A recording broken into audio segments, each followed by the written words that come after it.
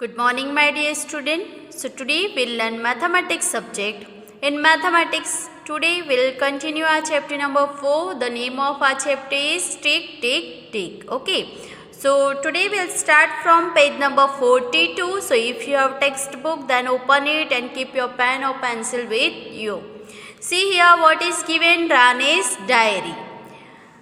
Come let's go to see my new baby sister. यहाँ पे रानी है और उसकी फ्रेंड्स को वो बोल रही है कि चलो मेरी जो न्यू बेबी सिस्टर है उसको देखने के लिए जाए। माँ I have brought sweets for Monia. See Rani यहाँ पे अपनी मम्मा को बोल रही है कि मम्मा मैं मोनिया, उसकी सिस्टर का नाम क्या है मोनिया, तो वो मोनिया के लिए थोड़ी स्वीट्स लाई है। But she can't eat, she is too small. यानी कि मम्मा उसको बता रही है कि वो स्वीट्स खा नहीं सकती क्योंकि वो बहुत ही छोटी है। And she doesn't even talk, यानी कि और वो कोई किसी के साथ बात भी कर सकती नहीं है। She will start doing all this slowly as she grow up, यानी कि वो ये सारी चीज़ें करना स्टार्ट करेगी जब वो बड़ी होती जाएगी, वैसे वैसे ये सारी चीज़ें करना वो सीख जाएगी। सो स्टूडेंट यहाँ पे ये रानी और मम्मा दोनों के बीच का कन्वर्जेशन दिया है। अब उसके ऊपर से ये जो रानी की डायरी है उसकी थोड़ी इन्फॉर्मेशन हमें नेक्स्ट पेज पे दी है, वो हम देखेंगे। Now page number 43। See student here Rani की डायरी दी है, बट उसके डायरी में उसने उसकी सिस्टर मोनिया का जन्म हुआ तब से लेके वो उसने कौन कौन से एक्टिविटी कैसे स्टार्ट की वो यहाँ पे उसने लिखा है। बट ये सब देखने से पहले हम यहाँ पे एक बार रिवाइज कर लेंगे। ये आपने already first second third standard में सीखा है, name of month. Okay, there are 12 months in a year. There are 12 months in a year. See January, February, March, April, May, June, July, August, September, October, November and December. उसको हम numbering कर देते हैं 1 2 3 4 5 6 7 8 9 10 11 and 12। Okay, अगर numbering है आपकी book में तो आपको नीचे जो डायरी है उसमें हमें थोड़ी इन्फॉर्मेशन भी फाइंड आउट करनी है, वो भी हमें पता चलेगा। अब सी स्टूडेंट यहाँ पे आपको नेम ऑफ मंथ तो पता है, बट आपको वो भी याद होना चाहिए कि 1 मंथ में कौन से मंथ में कितने डेज आते हैं। ओके, सो उसके लिए एक इजी वे है कि आपको किस तरीके से डेज फाइंड आउट करना है, याद रखना है। सो आप अपना ये जो हैंड है उसको आप इस तरीके से बंद कर लोगे। देन आपको क्या करना है, जनवरी आप 4 फिंगर से स्टार्ट करोगे काउंट करना। जनवरी, February, March, April, May, June, जुलाई। जुलाई होने के बाद फिर से यहाँ से स्टार्ट करोगे अगस्त, सितंबर, अक्टूबर, नवंबर एंड दिसंबर। सो इस तरीके से आपको पहले मंथ काउंट करना है। अब ये मंथ क्यों मैंने काउंट करवाए, अब जो मंथ यहाँ पे आपकी अपर साइड पे आते हैं, यहाँ पे उसको आपको कितना काउंट करना है, 31 डेज काउंट करना है। जो मंथ यहाँ पे अपर साइड पे आता है उसमें 31 डेज आएंगे, और जो इस तरीके से डाउन साइड में जाते हैं जो मंथ, उसमें आपको काउंट करना है 30। ओके, अब फरवरी जो है वो यहाँ डाउन साइड में आता है, बट फरवरी में आपको एक बात याद रखनी है कि अगर लीप ईयर है तो 29 डेज आएंगे, अगर लीप ईयर नहीं है तो 28 डेज आएंगे। सो फरवरी मंथ आप याद रखोगे, बाकी सारे मंथ यहाँ से आपको मिल जाएंगे। नाउ जनवरी अपर साइड पे है तो 31, फरवरी 28 और 29, देन मार्च 31। जो अपर साइड में है वो सारे मंथ में 31 डेज, जो डाउन साइड वहाँ पे सारे में 30 डेज आएंगे। सो इस तरीके से हम यहाँ पे मंथ लिखते हैं। तो जनवरी यहाँ पे कितने मंथ आएंगे, 31, फरवरी में 28 और 29, ये लीप ईयर याद रखना है आपको। देन मार्च है वो आपका अपर साइड में आएगा, सो वहाँ पे 31। अप्रैल जो है वो आपका डाउन साइड, सो वहाँ पे 30। देन जनवरी, फरवरी, मार्च, अप्रैल। अब मई जो है वो अपर साइड, सो वहाँ पे 31। देन जून डाउन साइड में आएगा, सो वहाँ पे 30। देन जनवरी, February, March, April, May, June, जुलाई यहाँ पे कंप्लीट हो जाएगा। अगस्त भी आपको यहाँ पे ही काउंट करना है। सो जुलाई एंड अगस्त दोनों में 31 डेज, 31। देन सितंबर down side, then 31, 30 and 31 days. ये भी आपको इस तरीके से याद रखना है। नेम ऑफ मंथ एंड कितने डेज मंथ में आते हैं ये आपको याद रखना है। Now let's see Rani's diary. I will note down in my diary when she first start talking, eating and walking. यानी रानी ने मुनिया के लिए पूरी डायरी बनाई है कि मुनिया का बॉर्न कब हुआ और उसने कौन सी एक्टिविटी कब स्टार्ट की। Here are some pages from Rani's diary. So how many pages are given? 1, 2, 3, 4, 5, 6 and 7. So here you have to write 7 pages. Now यहाँ पे डायरी हम एक बार रेफर करते हैं। 5 मार्च 2005 यानी ईयर दिया है 2005। 2005 में Muniya is born today. Muniya का बॉर्न इस डेट को ये ईयर में हुआ था। 5 सितंबर 2005 Muniya got her first tooth यानी 15 सितंबर 2005 में उसका फर्स्ट टूथ आया। 10 नवंबर 2005 मुनिया सेटअप 10 नवंबर को मुनिया ने सेटअप करना स्टार्ट किया। 28 नवंबर 2005 मुनिया स्टार्टेड क्रॉलिंग। 20 नवंबर को उसने क्रॉलिंग करना स्टार्ट किया। 5 जनवरी 2006 मुनिया स्टूड अप। ओके, 5 जनवरी को उसने स्टूड अप करना स्टार्ट किया। देन 5 सितंबर 2005 मुनिया एट बनाना। ओके, 5 सितंबर 2005 में उसने बनाना खाना स्टार्ट किया। 2 फरवरी 2006 मुनिया स्टार्टेड वॉकिंग। 2 फरवरी 2006 में मुनिया ने वॉकिंग करना स्टार्ट किया। नाउ सी स्टूडेंट, यहाँ पे 2 ईयर दिए हैं। यहाँ पे 2005, 2005, 2005, 2005, देन 2006, 2005 एंड 2006। ये मैं इसीलिए बता रही हूँ क्योंकि ये सारे डेट को देख के हमें मुनिया की टाइमलाइन बनानी है कि कहाँ से कौन से मंथ में मुनिया ने क्या स्टार्ट किया था।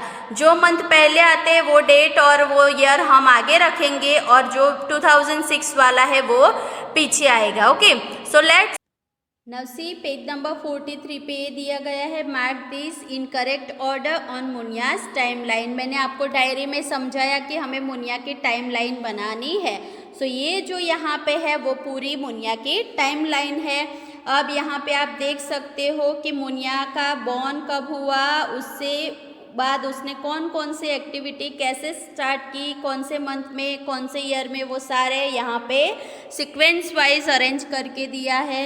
सो सबसे पहले मुनिया का बॉर्न हुआ, देन उसने बनाना खाना स्टार्ट किया, देन उसका फर्स्ट टूथ आया, देन उसने सेटअप करना स्टार्ट किया, देन क्रॉलिंग करना स्टार्ट किया, फिर वो स्टूड अप करना स्टार्ट किया और से लास्ट में उसने वॉकिंग स्टार्ट किया।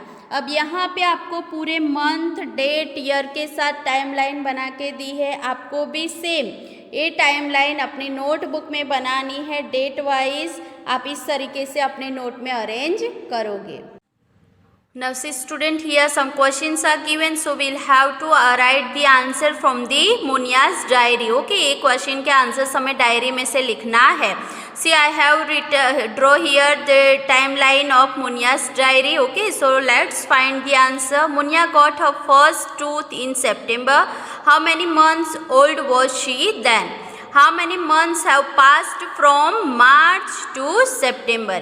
यानी कि उसका जब फर्स्ट टूथ आया तब वो उसकी उम्र कितनी हुई होगी और उसका बॉर्न कब हुआ था, मार्च में। सो हमें काउंट करना है मार्च से लेके सितंबर तक। यहाँ पे आप देखोगे तो भी पता चलेगा मुनिया का बॉर्न हुआ था मार्च में, उसका फर्स्ट टूथ जो आया है वो सितंबर में है। ओके, सो मार्च से लेके सितंबर तक हमें काउंट करना है। तो हम ये मंथ वाला चार्ट देखेंगे। यहाँ पे March, April, May, June, July and August and September. Okay, so यहाँ से मार्च से लेके सितंबर तक हमें देखना है। यहाँ से हम स्टार्ट करेंगे 1, 2, 3, 4, 5 एंड 6. ओके, सो उसका जब फर्स्ट टूथ आया तब उसकी उम्र क्या होगी? 6 month. Okay, how old was Monia when, जब ये सारी एक्टिविटी स्टार्ट की तब वो कितने मंथ की हुई थी? शी फर्स्ट सेटअप, उसने फर्स्ट सेटअप करना स्टार्ट किया तब वो कितने मंथ की थी?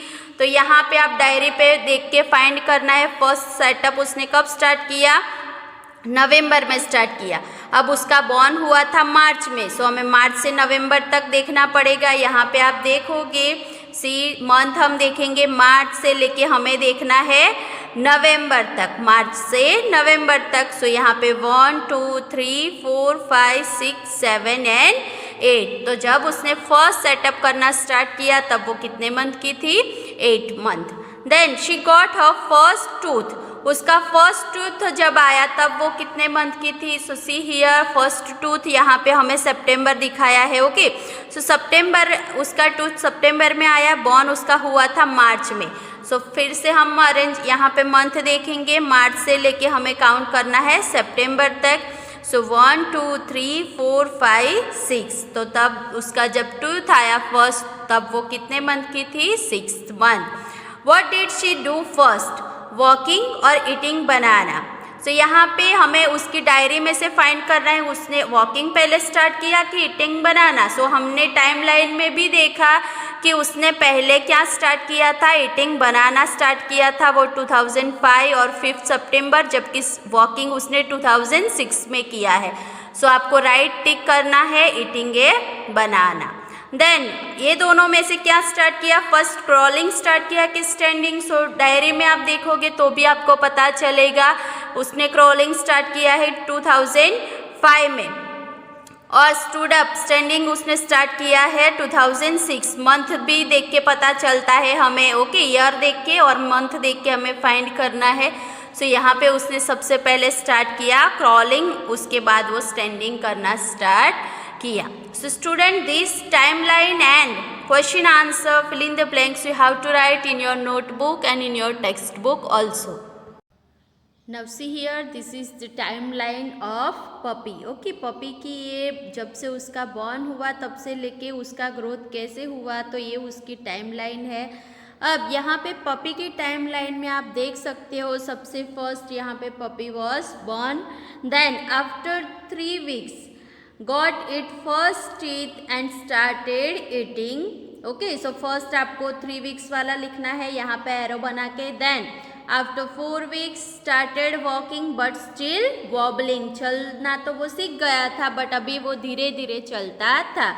फिर आपको यहाँ पे मंथ इस तरीके से दिखाने हैं क्योंकि उसका तो बॉर्न हुआ, उसके बाद उसके 3 week और 4 week में ही उसने एक्टिविटी स्टार्ट कर दी. सो फिर यहाँ पे आपको 1 month से स्टार्ट करना है. 1 2 3 4 5 6 7. अब यहाँ पे आप देख सकते हो 7 month पे उसकी कौन सी एक्टिविटी हुई थी? Got full set of teeth, उसके पूरे सारे दांत आ गए थे. देन 8 9 10 11 12. अब 12 month हुआ, उसके बाद 12 month में उसको यहाँ पे आपको लिखना है grown up a dog and got its own puppies. Okay, इस तरीके से आपको ये पूरी पपी की टाइमलाइन अपनी नोटबुक में भी बनानी है.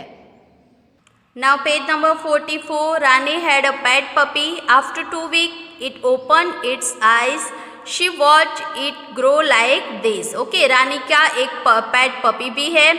2 weeks के बाद वो पपी ने अपनी आईज ओपन की एंड इस तरीके से उसका ग्रोथ होना स्टार्ट हुआ. See then after 3 weeks it got its first teeth and started eating. 3 weeks के बाद वो पपी का फर्स्ट टीथ आया और उसने ईटिंग करना स्टार्ट किया. Then after 4 weeks it started walking around but still wobbling.